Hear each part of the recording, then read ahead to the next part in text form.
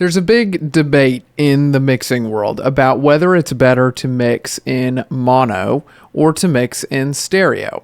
So today we're going to dive into this and discuss the pros and cons of each approach, and then at the end, I will give you my opinion on which I think is better.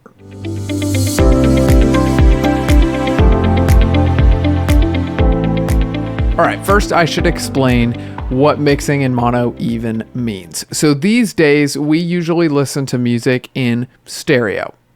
Think of cars or headphones or earbuds or computers with two speakers on them or anything like that. This means that there's a left and a right signal source, and things can be panned to either the left or the right side or balance between the two. This is the natural way of hearing sound in the world around us. This is what provides the spatial awareness that we have as humans with two ears. But when we mix in mono, the mix is actually collapsed down to one signal. So each speaker is reproducing the same signal. There's no left, there's no right, there's no panning, there's just one signal down the middle. So this is not obviously the most preferred way to listen to music, but it is the application that a lot of different places use, like restaurants or malls or anywhere where there's a bunch of speakers needing to play the same thing. That mix would be collapsed down to mono in that mono system. Now, the argument on the side of only mixing in stereo is that most people only listen to music in stereo. This is true in the sense that the applications people use to listen to music are usually stereo applications. But the reality is that what people perceive is often not perfect stereo.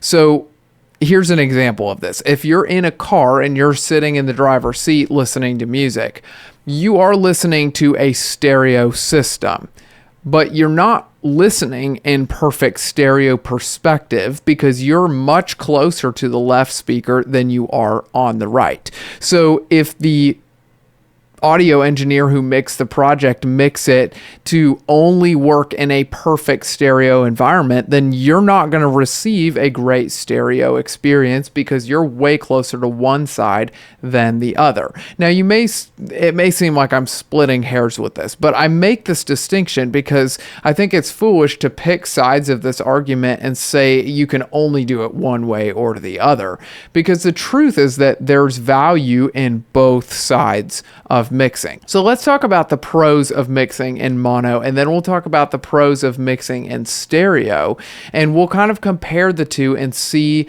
what is the best application for these different approaches. All right, so first, the pros of mixing in mono. The pros of mixing in mono are primarily that it forces the mix to all sit on top of each other because there's no panning, there's no spread. And the reason why that's an advantage is because when you force all the tracks to sit on top of each other, it reveals the ways that they're not interacting well together. So when we start thinking along the lines of EQ and compression, we can ask, what are the ways that these tracks are not sitting well in the frequency spectrum? What are the ways that they're not playing well in dynamics or those different things? So when we're dealing with corrective plugins, a lot of times when we force the tracks to all sit together and play together, it highlights the ways that they're not doing that very well, and it makes it a lot easier to go in and correct those mistakes versus in a stereo setup where everything is panned all over the place. Because there's so much spread and separation with those tracks, sometimes it's harder to pick out where they're not playing well together. This also applies to issues with phase and polarity, where you've got two tracks that, because they're spread apart, you may not hear the polarity problems like you would hear if they were all sitting on top of each other. So this is the primary pro of mixing in mono. This is usually what people go to when they make this argument, and it is true. There's a lot of advantage to being able to have everything sit so close, and you can hear very quickly how things are interacting with each other and know how to address problems when you're mixing in mono. Now, some of the pros of mixing in stereo are kind of the opposite. Because we're using panning and using wider mixes, it sounds more natural. It sounds better to our ears, and we can start to use stereo plugins like reverbs and delays, and they sound really good. And when we're mixing in stereo, those things often sound a lot more accurate because they are designed to work in a stereo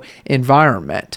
And last of all, the pro for mixing in stereo is, like I said before, it's closer to the way most people are going to hear your mix. Now, that may sound like I'm contradicting myself, but what I was saying before is that what people hear is their perspective is not perfect stereo. So somebody who only makes their mix for perfect stereo is probably going to get themselves into trouble if they do it that way. Versus if they learn how to kind of mix with mono and stereo, they may address the situation where the person isn't sitting in a perfect stereo position. So that was my point I was making earlier. But the reality is, most of the time, people do listen on stereo applications, like in headphones or AirPods or things like that. So now that we have addressed the pros of both worlds, how do we know which way is the best to go with? Well, this is my opinion. You need to use both mono and stereo for your mixing process. You will hear things in mono that you won't hear in stereo, and you'll hear things in stereo that you won't hear in mono. So you need to use both. How I do it is when I'm starting a new project, I will usually build my mix with faders and with panning, and I will build it all out, get the spatial separation right, get the volume levels right, get everything balanced the way that I want it. And then when it's time to go start doing corrective processing like EQ and compression, I will actually collapse my mix down to mono and do all those things in mono.